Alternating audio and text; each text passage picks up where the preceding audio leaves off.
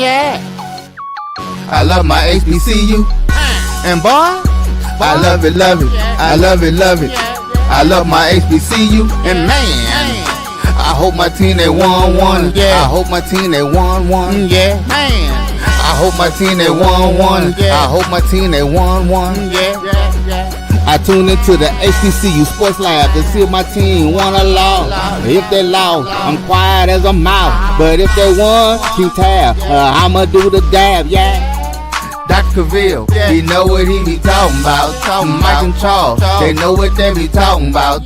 They compress the analytic data with this hip hop. If you know them like I know them, they gon' tell you if your team, if they won or lost, and who the ball. So listen to Professor, yes sir, and pay attention, cause he gon' teach a lesson. This is Dr. Cavil with Inside the HBCU Sports Lab with Charles Bishop. We have Kyle Mosley and Dave. How you doing today? Good evening, guys. This is Dr. Cavill's Inside the HBCU Sports Lab. Hey, how you doing, Doc? How you doing, Charles? How you doing, Dave? How you doing, Kyle? Man, looking forward to getting into it today. Got a lot of news and notes to get into. Of course, we're coming to you live from Texas Southern University, where things have just kicked off here between Texas Southern and Bethune-Cookman. So looking forward to giving you some updates as we are in this Thursday pantheon of scores around the SWAC with SWAC women's basketball. So we'll be getting into that. But guys, let me check in with you, Kyle. How you doing, brother? Doing well, man. You know, it's Houston. We don't know what type of weather we're getting tomorrow. It's hot today. But nobody is hotter than the Lady Tigers of the Texas Southern program over there where Burnett Skeet. So you guys are in a great place. No doubt. Dave, what's going on, bro? I'm over here in Buffalo, New York. I drove in the snow this morning to get here. I'm here doing college tours with my daughter, and it's very windy here. It's a different type of wind in Buffalo, sir. I can imagine. My child's up in Syracuse, so I no. You told me it was 7-degree weather.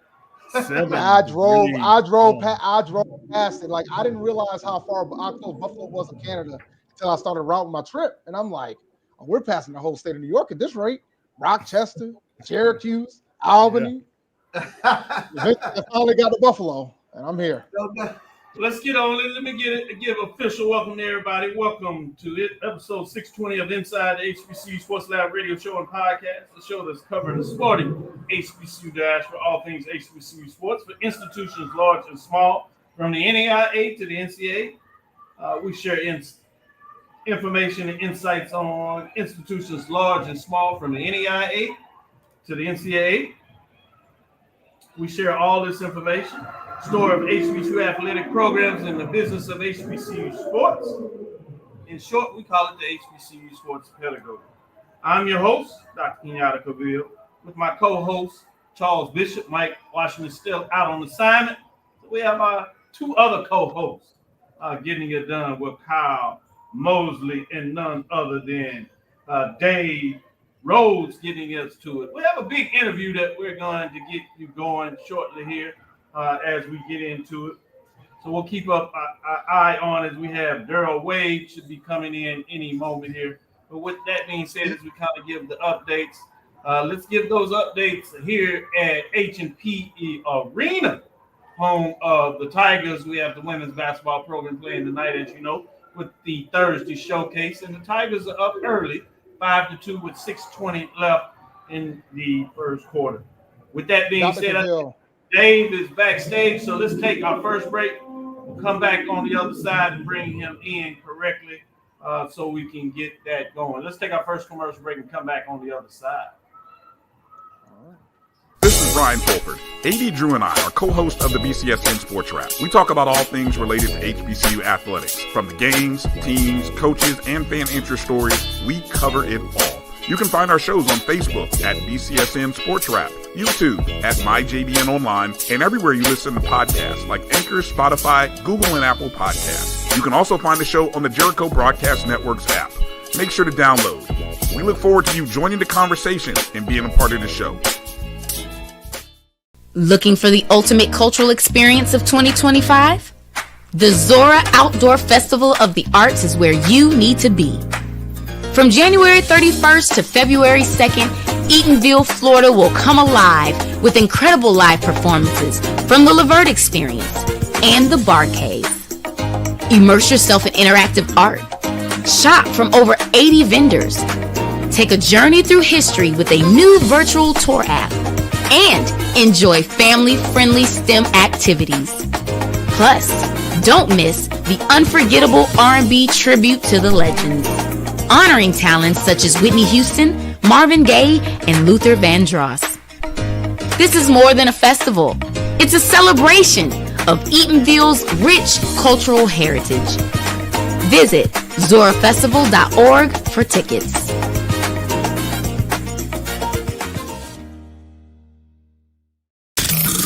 The human voice has always connected audiences with experiences. Major brands all across America have trusted Kever's voice time and time again. Conversational, powerhouse, intelligent, and sincere. That's the voice you need for your creative marketing process. KeaversVoice.com. Kever's Voice, Kever's Voice, KeversVoice.com. Always on, all the time. Hey y'all, it's your girl Sonia from She Say Sports. Make sure to check us out every Friday morning at 9 a.m. on Black College Sports Network, YouTube, and Linktree. And please don't forget to subscribe to our YouTube page. Compress the analytic data with your hip hop. If you know them like I know them, they gon' tell you if your team, if they wanna lose, and who the ball. So listen to Professor, yes sir, and pay attention, cause he gon' teach a lesson. This is Dr. Bill with Inside the HBCU Sports Lab. We have none other than Daryl Wade. He's the director of the Astros Youth Academy. And much more than that, there's a lot of talents that he brings to the table. We get a chance to talk to him among many things, but we're going to be focused on the Cactus Jack Classic, the HBCU Baseball Classic that many people in Houston are certainly aware of.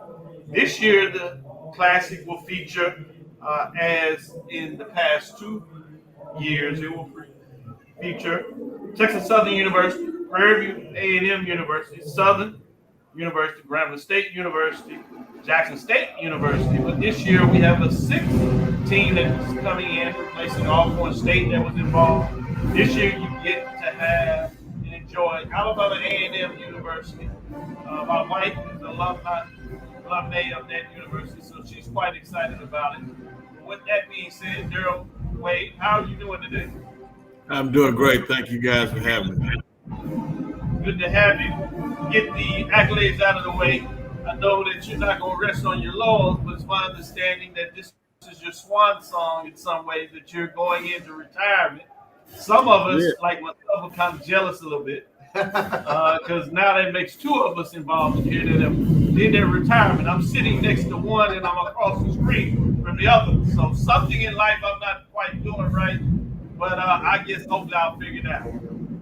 This is my 2nd retirement. You know, I retired from education That's perfect. Wow. 15 years ago. Good stuff, good stuff. So let's start this off a little bit for those that are not aware, because we're going to keep it for 2 segments. So we'll get a chance to talk about things that you want to talk about in general, specifically in the Cactus Jack Classic.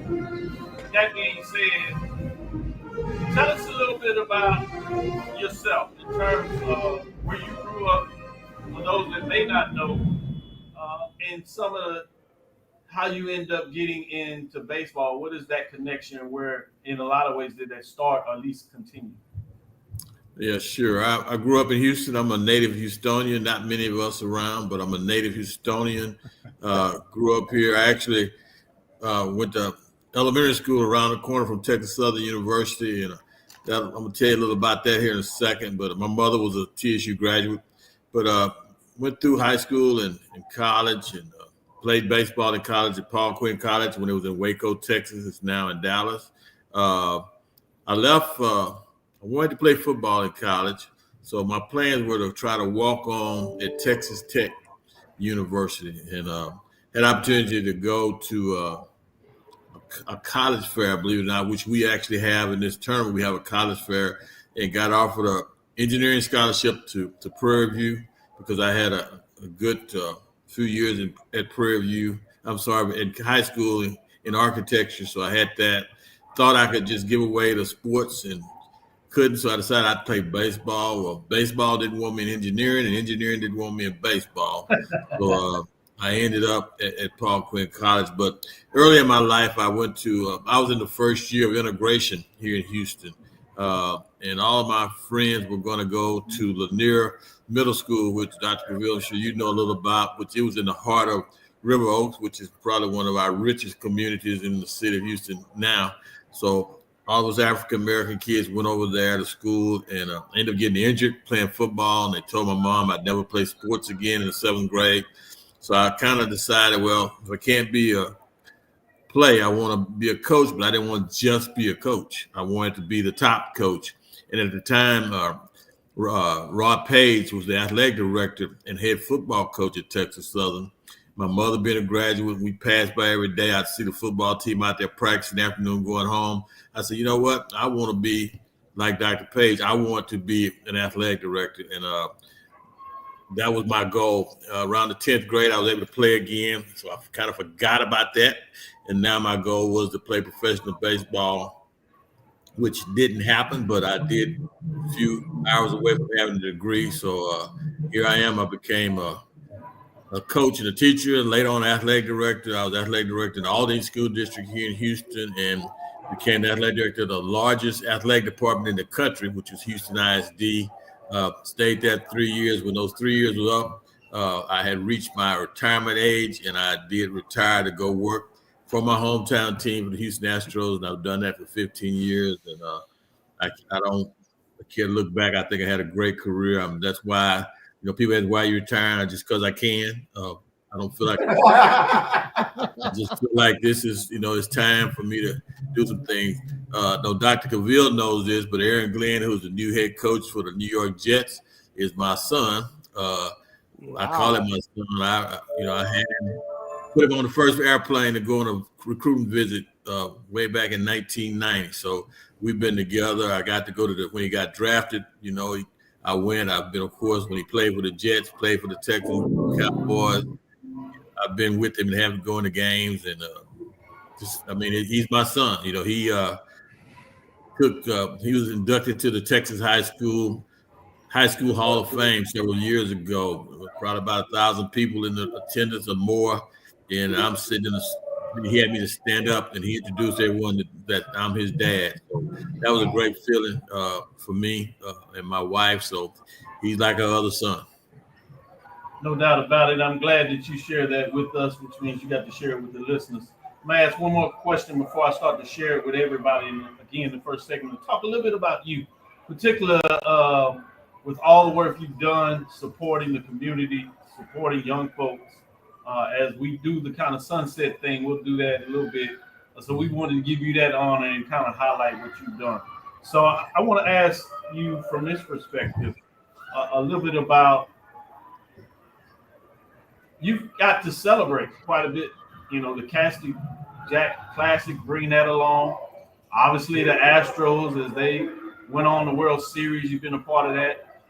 Working as they opened up the Youth Academy, having some folks that went in the first round iterations. A lot of folks have gotten scholarships, but to see it go full circle, how has that kind of been to see and experience all that from, in many ways, a very humble beginning? Man, I just, it's hard to even imagine, the things that I've had opportunity to be a part of. Aaron Glenn, it's others also. Aaron's in the limelight, but been just fortunate to be, I'm going to call it the right place at the right time because, we've done a lot. When I was in HISD, we had high school basketball team here in Houston, Yates High School, that won, 3 back-to-back championships, 2 back-to-back, should I say. Took kids to Hawaii to play basketball for free. Nike sponsored us to take Yates, and how that happened was they invited Yates to go, so I had to go to the superintendent to get permission for them to go. And he said, well, they can go, but you got to go with them. which I'm not gonna lie, they want to fly across all that water, but I was not gonna let those kids not have a good time. I've seen opportunities when I've taken kids places. The card they give you when you check in a hotel, you go to your room. I watched one year we were in an embassy suite, and kids didn't know how to get in their room because they never used a key card. What is this for? So I feel like I've given kids a lot of opportunities in my life. I'm just proud of that opportunity there as a high school coach and athletic director. And then, of course, coming to Astros, we opened the academy, and I was at the academy for the grand opening of the academy, representing Houston ISD and the superintendent, and was offered the position standing out there on the mound, actually talking to Michael Bourne, who was another one of my kids from high school. So just been in the right place at the right time. But that was key for me to be able to get into that position. And we have probably over 200 or 300 kids playing college baseball or softball somewhere right now, and that's more fulfilling than anything. Everybody would like to think, oh well, the portion about the kids getting drafted that's great. We had 11 drafted this year. This past year, we had 2 drafted in the first round that came through our program. So a lot of that stuff is great. We're excited about it, but I think getting kids in college is most important to me. Charles, go ahead with the question. Yeah, Ms. Wade, and I want to ask this question. I mean, this Cactus Jack Classic has become huge here in Houston, but I want to ask about the origins. How did this come about to get this showcase of HBCU baseball? Well, Dusty Baker, who was our former, head manager here at the Astros, my staff and I, we go to spring training and work with the team and the coaches to bring back things that we're learning there to our kids here in Houston. So, Dusty kind of took us under his wing, and we would go to dinner with Dusty and things like that. So one night we were talking that, to Dusty, we'd like to have, a college tournament here. And, HBCU tournament. He said, yeah, y'all ought to try to go back and do that. So, which I did. I went back. We had just gotten a new boss. Her name was Paula Harris, who was a champion for anything we try to do, I think. But so we were going to try to have a small college tournament. Speaking of the Wiley colleges and the Jarvis Christian colleges, that was our plan to do because we felt we could afford that financially to get them here and do some things for them to get here. But she said, what about Texas Southern and Prairie View? And I said, well, we put them in. They'll probably beat, these schools pretty bad. It wouldn't be a good tournament. She said, well, why don't we get all big schools? So that's kind of how that started, So we talked to Dr. McClellan, who's a friend of mine, and asked him what he supported, and he did. And we just started making phone calls. We actually went to the first 6 we called, said yes. So that's kind of how we got those 6. So that's how that started. We ended up getting the Cactus Jack sponsorship, which was, we had it paid for through the Astros Foundation. But of course, when he came in and gave us, the funds he did, we've had about to have 3 great years of baseball. It's awesome. Good stuff. With that being said, go ahead, Kyle. Mr. Wade, thank you for your service and thank you for everything that you've been able to do for young, underserved people who wanted to play baseball, right? But I mean, that's been a part of your mission and philosophy for such a long time. Where do you see this evolving past your retirement? What's the next stages you hope to see for this event, but also for the academy? Well, I think the event, we already talked about next year, so we kind of feel like that's going to happen. I would never say I don't care, but because I can't say that because I do care. I want it to go on. When you start something, you want to keep on. I don't know, Dr. Cavil, you remember the Nike basketball tournament we used to have when I was athletic director. That was kind of one of the things that I worked on. I was a high school athletic director to get those teams in here, and it kind of went away after I left. So I'm hopeful that this will not go away. I don't think it will because we got some people that have won it, and I think it'll keep going. We already host the College Classic, which will be a couple of weeks from now. With, of course, I think we have all 6 of those teams in the top 25. 5 of those teams in the top 25 in the country. So we're excited about it. So I think it'll go on for sure. The academy, I think it's already making the turn that I think would be great. There's more baseball development now. When I started, we started with kids from 7 to 17 years old, and it was more of teaching them the game of baseball. But baseball has evolved, so many parents are now involved with getting their kids in baseball. I think we're there. We have a situation where we're able to take kids to some major tournaments across the country. The Astros gave us a scout team 2 years ago, so we actually have the Astros scout team that goes through our academy. So that's a big thing. And I think, for the Astros, they've done what it takes, but it's going to take all the teams, I think, in Major League Baseball to kind of do what the Astros are doing, is promoting baseball, and as you said, in underserved communities. And, we're getting our Black kids and Hispanic kids to get to play baseball on a top level. Yeah. One more question. Hey, let me go to Dave, and then okay. I want to hit these segments and try to get in. I'll come back. I'll make sure you get I follow up question. You kind of alluded to it with regards to other Major League teams. Are there any other Major League Baseball teams that are kind of doing similar initiatives for other HBCUs that's within the area to try to have like another type of classic like the Cactus Jack Classic, so to speak? Not that I'm aware of. I know that, when I came into the organization, Major League Baseball had an event called the Urban Invitational, which I guess that was 15 years ago. They were playing that, and my first year here, it was going to be hosted here in Houston, and it was we had a rain that week, torrential rains that week, and Mr. Crane, who had just bought the team, said, well, let them come here and play. So we started playing. We played that event in Minute Maid Park at the time. It's now Dyken Park. They're changing the signs today as we speak, so it's a new name. But, yeah, we did that, and of course, when I'll be honest with you, I spoke to Major League Baseball and told them doing that. They said, well, we're already doing that. I said, well, no, y'all don't have all HBCUs, because at the time, UCLA and LSU were actually playing in their tournament. Then it wasn't giving, all the HBCUs an opportunity. So now Major League Baseball has a tournament called the Andre Dawson tournament, which is a week after ours down in Vero Beach. So other than Major League Baseball, I don't think there's another club doing what we're doing. I know Atlanta has had an event down there with one of the two schools playing, but no one is doing this with 6. And, we're making a donation to them for their travel. It's a sizable donation so they can come. That's important for those schools who, of course, football has a decent budget, but baseball doesn't have that budget. Because we've been able to give them, funds to help take care of their trip here. All right, we're going to take a second break and come out of the break. I'm going to pass the mic back to Kyle so we can make sure he get his follow-up question in. We'll take this quick break and come back on the other side, get Kyle's question, and then we'll get a little bit more into the Cactus Jack Classic. With that, we'll be right back after this second break. This is the Dean of the College of HBCU Sports, Kenyatta Cavil of Dr. Cavil's Inside the HBCU Sports Lab with Mike Washington and Charles Bishop. Come mix it up in the lab where the course lecture is in session every Tuesday from 6 o'clock p.m. Central Standard Time on Facebook Live, YouTube Spreaker, or the BCSN app, as we discuss all things about the HBCU sports culture, including exploring the week that was in the sporting HBCU diaspora, as well as the upcoming week of HBCU sports. With me, the Dean, the College of HBCU Sports, on Dr. Cavil's Inside the HBCU Sports Lab with Mike Washington and Charles Bishop. Course lecture dismissed.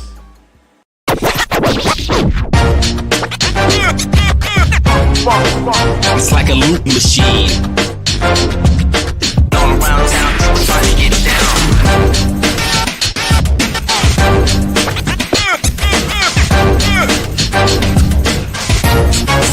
It's like a loop machine.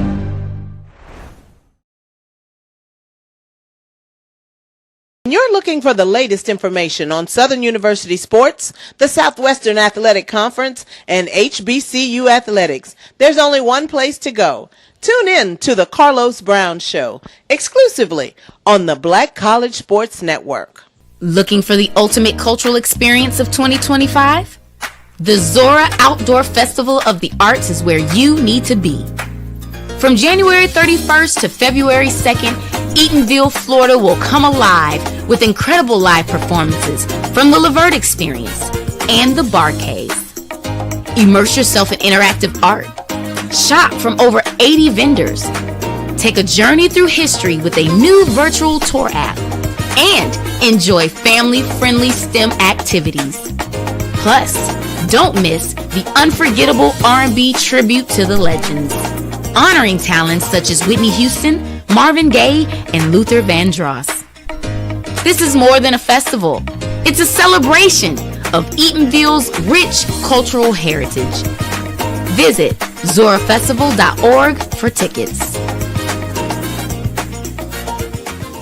Compress the analytic data with the hip hop. If you know them like I know them, they gon' tell you if your team, if they wanna lose, and who the ball. So listen to Professor, yes sir, and pay attention, cause he gon' teach a lesson. This is Dr. Bill with Inside the HBCU Sports Lab with Mike Washington, who's out on assignment, Charles Bishop, Kyle T. Mosley, and Dave Rose. With that being said, before I go to Kyle for his question, I'm going to give you a quick update on the scores for the women's SWAC. Yeah, let's take a look at some of these scores around the SWAC. All games are in the second quarter. Southern on top of Alabama State, 18-12. Purview on top of Florida A&M, 25-23. Alcorn on top of Mississippi Valley, 26-20. Pine Bluff on top of Jackson State, 24-21. Here, Texas Southern on top of Bethune-Cookman. That score is 23-18. And then Alabama A&M on top of Grambling, 21-15, as we get ready to move to halftime. That being said, great update there, Charles. Let's go back to Kyle. Kyle, bring it. Okay, guys. Mr. Wade, your academy has been tremendous, and you named all the different ways you've been able to help the young people. But before the past couple of seasons, there's been a lot of people really helping for African Americans into baseball, especially Major League Baseball. What can we do more to be able to help identify the talent that's out there that may be getting overlooked through the traditional scouting methods? Well, I think, getting those kids in these tournaments, where they can play against the other groups of kids that are being looked at, is the best way I can put it. We were able to take our scout team to Arizona to play in their, they call it their fall classic, where, we were the darkest thing there. I mean, that's the way I can put it, and, but they're playing against others. And so those scouts are seeing us too. It's not going to be easy. We're fortunate. We have the only African-American general manager in Major League Baseball, Dana Brown. Not saying that this is why, Bryce Matthews was drafted, but Dana came to our academy right after he came to Houston, and we have a board in our office where we show all of our kids, our better kids, the ones in college. And we told them, hey, this kid right here, he's out of our academy, he's in Nebraska, he can play. We just went on and on and on. And I think like 3 weeks later, Bryce was drafted. I know that was a point when no one was really looking at Bryce in our organization. And I sent an email to Jeff Bagwell, who I consider a friend of mine, and I told him about Bryce. And he said he was going to go look at it himself. So I don't know. I don't know if that caused him to get back to the young man could play. That's for sure. They were trying to keep it quiet. It didn't hurt. Right. I will hold on to that email until I can't anymore. I got a copy of it here at my house, so I am proud of that.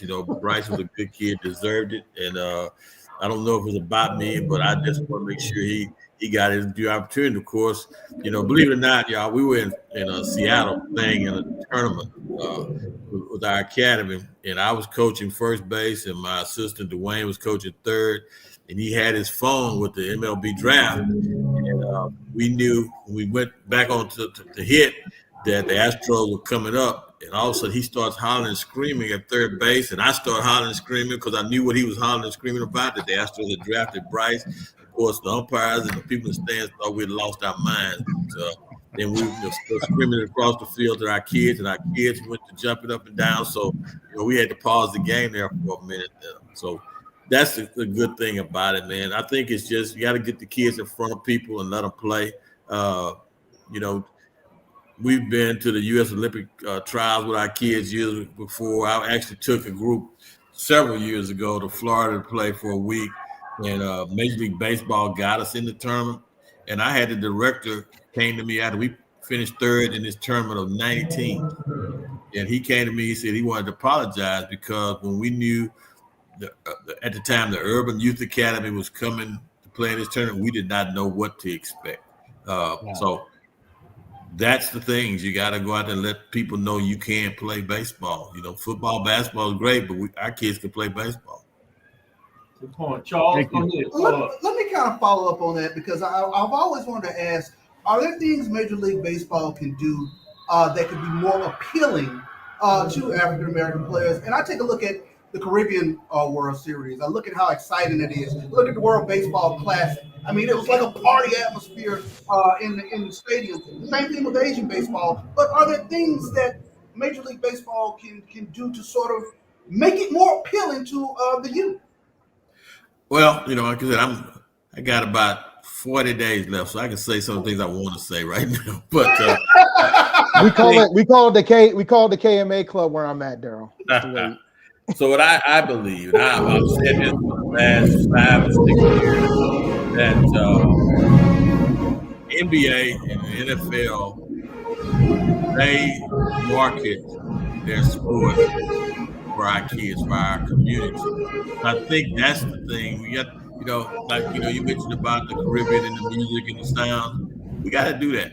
Even with this Cactus Jack deal, we have tried to make it as close to an HBCU homecoming as possible because, African Americans, that's what we love. We love homecoming. And so I think the marketing has to do it. And it doesn't help when, you go to the ballpark and you don't see people look like you. You may see them, but they're not African Americans, I remember, growing up when I was in college and had teams talking to me and my parents about playing. I had an uncle who actually just now he's 80 years old this next Friday. I went over to visit with him this afternoon. Got to realize I was almost late because I was talking to him and forgot I had to be over here. But he told me, don't talk to the Astros. They don't have any black players on it. That was 1980s, and honestly, it was the truth, But I think that has changed now. I truly think that has changed. It's getting ready to change. So that's the issue. You got to have people that are going to get it. We had Mike Moore. Mike Moore is another kid that I had in high school. He got drafted by the Astros, I think, out of college, but didn't sign with the University of Houston and ended up going to Philadelphia and then getting back to Houston. Just got to give him a chance. Yeah, I love it. Dave, go ahead. Yeah, it's fascinating when you talk about the appeal of the league because I know my generation was probably the generation where they started dwindling away from baseball. Like my dad, my father loved baseball. I watched it occasionally. I love playoff baseball, and I still do. Like when the playoffs start, I'm in because it's so intense. Same goes for college as well. So I don't really have too much of a question. I just want to thank you again for your service, and hopefully you enjoy retirement. Hopefully you don't have a third retirement. You actually enjoyed this one, all right? Because I don't believe in retiring more than once. So. Hey, don't say that. I'm gonna put him back to work. I got a couple of projects for him. Now, maybe it will be like retirement to be like almost like the wise hunter do this. Because I ain't got a big budget, so he will be doing it for reduced rate. So maybe we'll reduce labor, reduce pay and labor. I'm open to anything, man. Like I said, I'm retiring because I can. I just mean it that way. My mom passed away last November, and I went through a lot of stress with mom. My mom and my dad both passed away at 23. So I went through a lot of different stresses and things like that. So I'm at a point where, I want to enjoy life, but I'm not going to close the door on many things. Always listen for sure. But again, I appreciate, Dave, that you saying that, but I'm excited. I love what I've done in my career. I mean, I'm not a guy that Coach Cavil knows me more than anybody. I don't blow my own horn well. But I am very proud of the kids that I have been around in my life. And I tell kids, I want you to be major league citizens. And that's what I really mean. I'm so proud of Aaron Glenn. You probably heard it because I mentioned his name probably about 5 or 6 times now.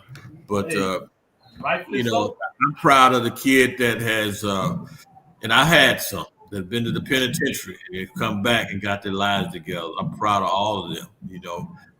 So it takes all kind of kids to make our world. I think, we actually were at Texas Southern yesterday. We did a symposium because we're trying to help African American kids get into the front office of baseball. I think I even mentioned this yesterday. I think if you looked around in Major League Baseball, we probably have more African Americans in our front office than any other team.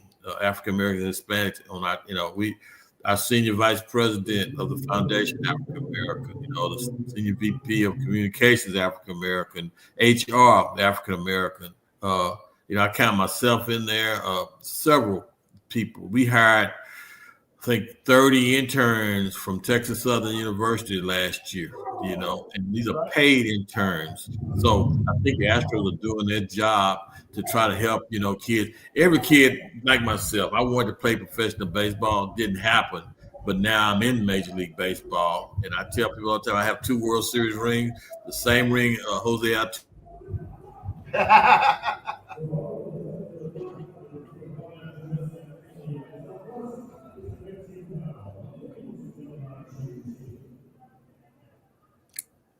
With Doc? Yeah, with that being said, let's ask this final question in regards to give us some of the things that's going around the Cactus Jack Classic. Tell us some of the events we missed if we didn't get that information out there. In particular, how folks can get tickets. Yeah, first of all, get tickets for this event. I'll start at astros.com/.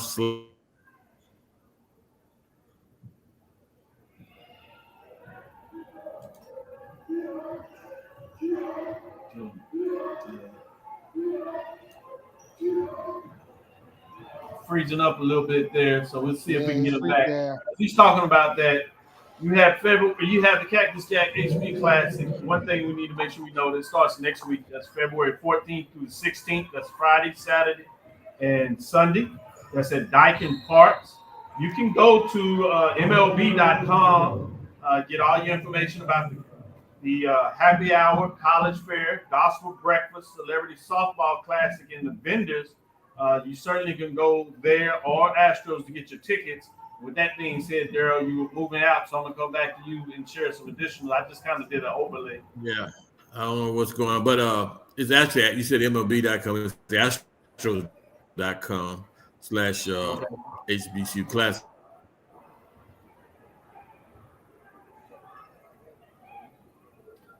Yeah.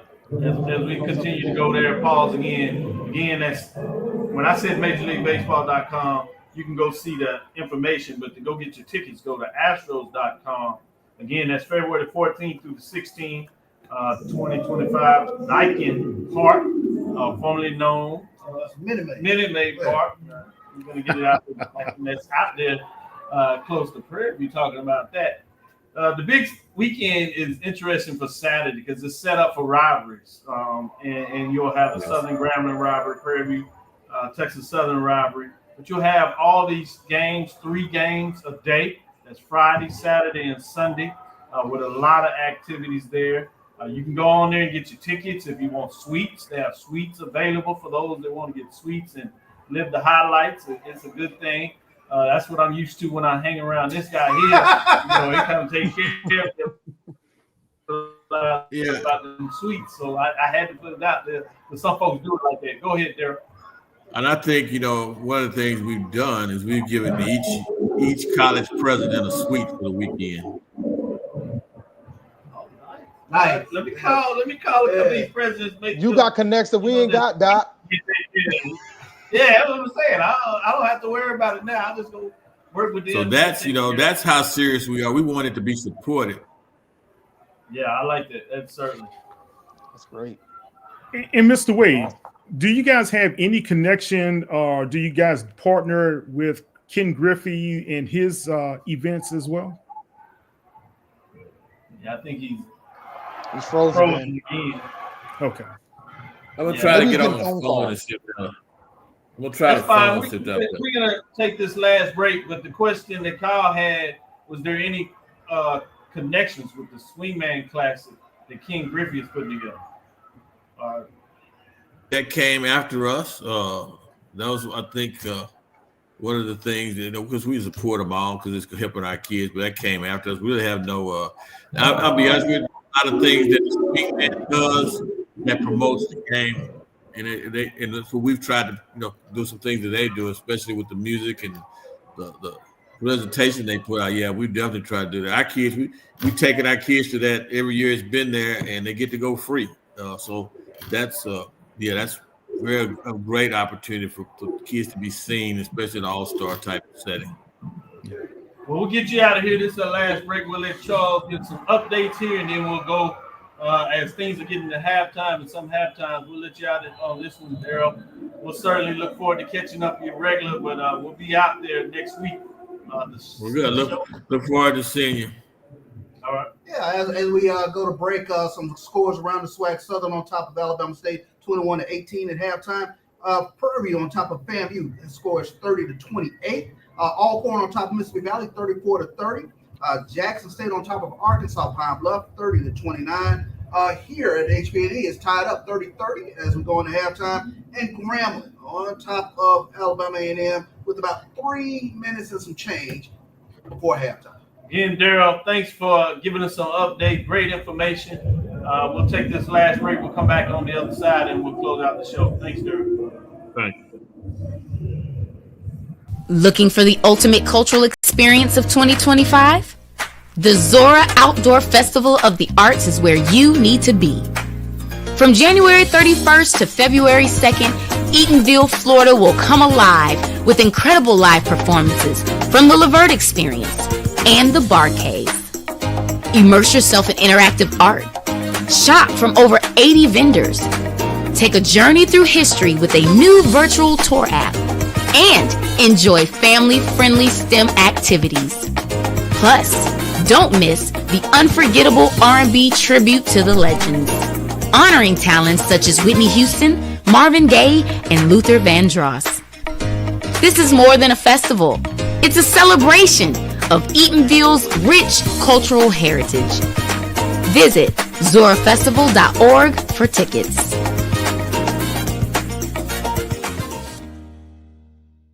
Hey y'all, it's your girl Sonia from She Say Sports. Make sure to check us out every Friday morning at 9 a.m. on Black College Sports Network, YouTube, and Linktree. And please don't forget to subscribe to our YouTube page. Morehouse College and Tuskegee University men's basketball teams were selected to compete in the 2025 NBA HBCU Classic presented by AT&T. The fourth annual NBA HBCU Classic will be played in the Bay Area as part of NBA All-Star 2025 and will once again celebrate the rich traditions, on-court athleticism, and commitment to excellence of the HBCU community. For tickets, visit nba.com/all-star. Compress the analytic data with your hip hop. If you know them like I know them, they gon' tell you if your team, if they wanna love, and who the ball. So listen to Professor, yes sir, and pay attention, cause he gon' teach a lesson. This is Dr. Bills inside the HBCU Sports Lab. Thank you for getting a great interview there. Daryl, any additional information you want to share with us since we got you a little No, not at all. Not really at all. We'd like to get the people in the Houston area for sure to come out and go to astros.com/HBCU Classic and get your tickets. Like I said earlier, $10, you get 3 games a day. Great atmosphere. The weather in Houston is going to be in the 70s, I see, next week. We've endured the 40s and 50s for 2 years, so we're going to have something similar to baseball weather next week, hopefully. Again, thanks, Dr. Cavil, for always being supportive of you, all you guys, for what you do for HBCU sports. I'm very fortunate to have 2 degrees from 2 HBCUs. So let them know. Tell them what they are. No Parkway, Prairie View. You let these folks know what you represent. Oh man, I know he wants to brag about him, and I don't blame him. Oh yeah, I know he called in. I know he bragged about him. That's what's going on there. With that being said, if he's able to get back, we'll let him show out as the AD. We'll talk a little bit of basketball. But I want to go around and ask everybody, what are some big games that you're looking for this weekend in terms of whether it's the Independence, MEAC, SWAC. You can dive into CIAA, SIAC. Daryl, I'm gonna let you show some of your AD so you can get in this conversation because I know you know more than just baseball. That's what you do, where you put your passion. But if you want to get in here on some of this talk on these other sports, you can do that too and show out a little bit. Some things maybe you're gonna do as you go into retirement. Charles, what's some big games you're looking at this weekend? I think one that that's going to catch my eye is Southern at Alabama A&M on Saturday. I think when you talk about teams that are trying to keep pace with Texas Southern, you got Jackson State, Southern, and Alabama A&M all sitting at 7-2, right behind Texas Southern. So intriguing games. And FAMU, they come here to the HBCU on Saturday, so that should be an intriguing game as well. You got like tiered teams, 7-2, then a bunch of teams sitting at 4-2. Stuff. Kyle, what direction you going to? What's some big games that have your interest coming into the weekend? Well, I think you have to go over to the MEAC where Spartans just came off that thrilling win with the buzzer beater. They get to rest all week, so they're not going to be beating up on their opponents in the MEAC. But you still have Howard that's going to take on NCCU. That's going to be a big one. Then you have the North Carolina A&T guys going against Campbell. But one that I like in the CIAA is Johnson C. Smith going against Winston-Salem. That's always a great rivalry to have there. I like it. Good job. Way to get some CIAA basketball in there. Dave, what about you? What are your thoughts? I'm going to go to women's currently still looking for that lose the first CAA title, and it looks like the ladies might be able to pull it off. Going up against the College of Charleston this weekend, they swept us last season. So I think they want some get back. This is the third season in a row that the Lady Aggies have started 8-1 in the CAA since they've been in the conference. So hopefully they'll be able to close it out and finally get that regular season championship this year. But they got to get past College of Charleston. It's going to be in Club Corbett. We got over 4,500 folks there. We played Hampton last week. So I'm hoping for a big crowd so we can play College of Charleston this weekend. Good job. Way to get those Aggies in women's basketball. They represent the right way. I like it. That's how you're supposed to do it. I mean, because right now they're playing some good basketball. They have the top 5. Daryl, again, I'm gonna let you show out a little bit. What direction you want to go? What's hot? What outside of baseball? Where do you have a little bit of your interest when you look at HBCU basketball? I'll be honest with you. I'm a Houston guy. So I think Texas Southern's going to have a great opportunity in basketball. You know, it's not a good thing maybe to say for Prairie View, but I'm going to go to Prairie View now because they'll do better in football. He and I went to the same high school. He's a lot younger than me, so I'm definitely going to pull for the Panthers. Good stuff. See, I told you you can show out. There it is. This is what I'm going to do before we close out. I'm going to give a couple of highlights, especially since Kyle did his thing. When you talk about women's basketball in the CIAA, you have the tournament coming up in a couple of weeks. When you talk about it's going to be March 1st, then you have the SIAC coming on after that. It's March 8th. Then you get into the SWAC and the MEAC. So when you talk about CIAA, Northern Division, you have Virginia State at 9-2. They're tied with Bowie State. So that looks like it's going down the stretch. As you talked about some key matchups, Kyle. When you look at the Southern Division, you have Fayetteville State sitting at 8-3. Livingstone is behind them at 7-5. 2 on the loss column. So interesting when you talk about those matchups. Give you some updates in terms of that side. You got the SIAC. Things are pretty crowded there as well. When things take place, so it's interesting to kind of see what that looks like. As you see the Ocean of Soul doing that thing and showing out in the background a little bit. Yeah, that's an understatement. Yeah, a lot. They out here rocking it back there, man. Yeah, Dr. Simmons has them going, man. Oh my goodness. Hey, let's talk about this. There's a we're in the suites. You talk about the suites yesterday. And we're still in the suites in this skill. So imagine if you're courtside. You're like, wow, okay. This is how y'all do it. They out there cranking, man. They cranking out there. To give a little bit of updates and how things are going there. Hey, Doc. Yeah. Can you hear me? One conference that we really need to be paying attention to, and they're up and coming. HBCU AC. HBCU AC. Yeah, and their tournament is coming out as well. But you look at what Virgin Islands are going to host Philander. Fisk is going to be taking on Wilberforce tonight. And then you have Wiley College hosting Boogaloo. These are great story programs that a lot of people have overlooked. But what Dr. Kiki Baker-Barnes has done is really risen that profile of that conference. And congratulations to her and what she's been able to do to expand the viewership of that conference as well. Good stuff. Appreciate that, Kyle. Make sure you get it in. And I know exactly where you're going. On the men's side for the CIAA, you have Lincoln, Pennsylvania. They're solid at 10-1. The next closest team has 2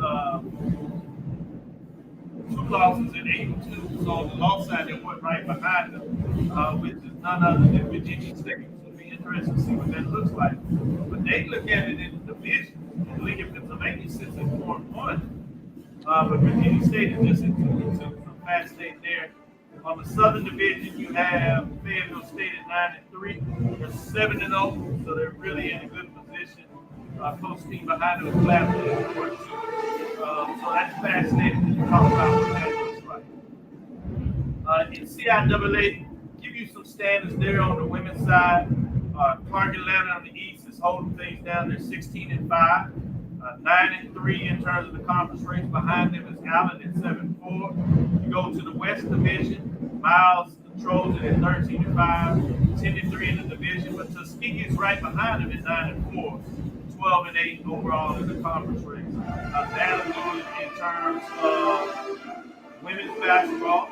On the men's side for basketball, fascinating. We talk about what's going on there in the standings. Give you an update. As things got interesting, Clark Atlanta was controlling things for a while, but it's turned around over the last week. Started a bunch up. Yeah, we told you to keep your eyes on it.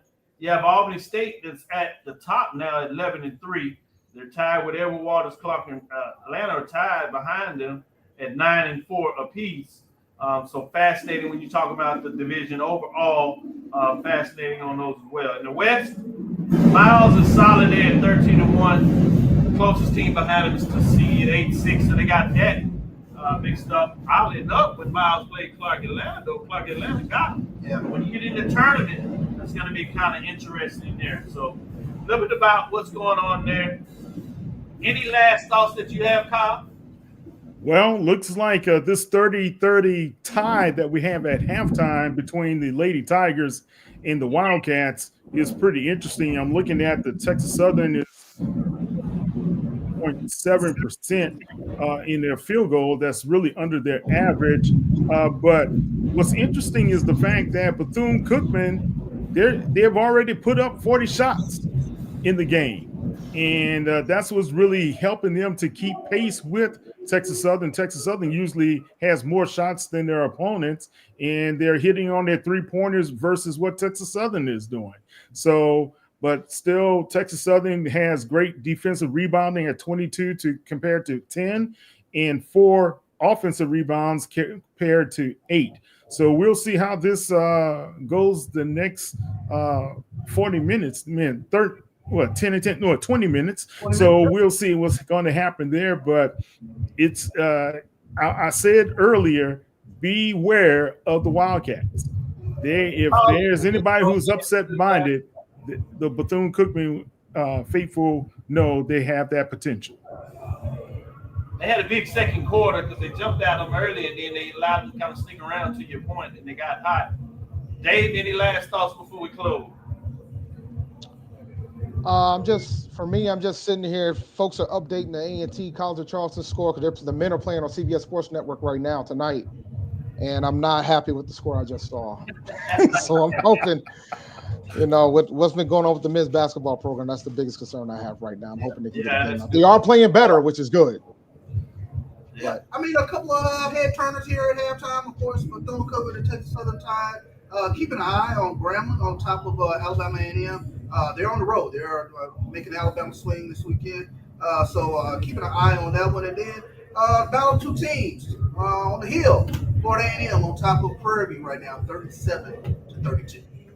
With that being said, thank you for listening to Inside the HBCU Sports Lab. Make sure you share your podcast with your friends and colleagues. I am Dr. Kenyatta Cavil, the Dean of HBCU Sports, coming from Inside the Lab in the College of HBCU Sports with Mike Washington, Charles Bishop, none other than Kyle T. Bosley, David Rose giving you some updates, and make sure you check him out and his show as he does the Independent Report on Wednesday. Make sure you go check out Kyle Mosley, the website, giving you all the updates, and they do the podcast as well. And you want to get some interesting takes and some views, you're missing out if you're not catching up with Kyle T. Mosley. My friend there gets it done in so many different ways. With that being said, again, we want to thank you for listening to Dr. Bill's Inside the HBCU Sports Lab with Mike Washington, Charles Bishop, every Tuesday and Thursday at 6 o'clock Central Standard Time. Fascinating weekend. We'll get into it. Follow me, Dr. Kenyatta Cavil. That's DrKenyattacavil on Facebook and Instagram. Inside the HBCU Sports Lab on YouTube and Facebook. Dream big. Continue to move forward. We will talk with you soon. Charles? Of course. Dave? Lecture. Kyle?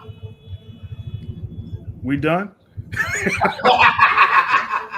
Dismiss. Dismiss, guys.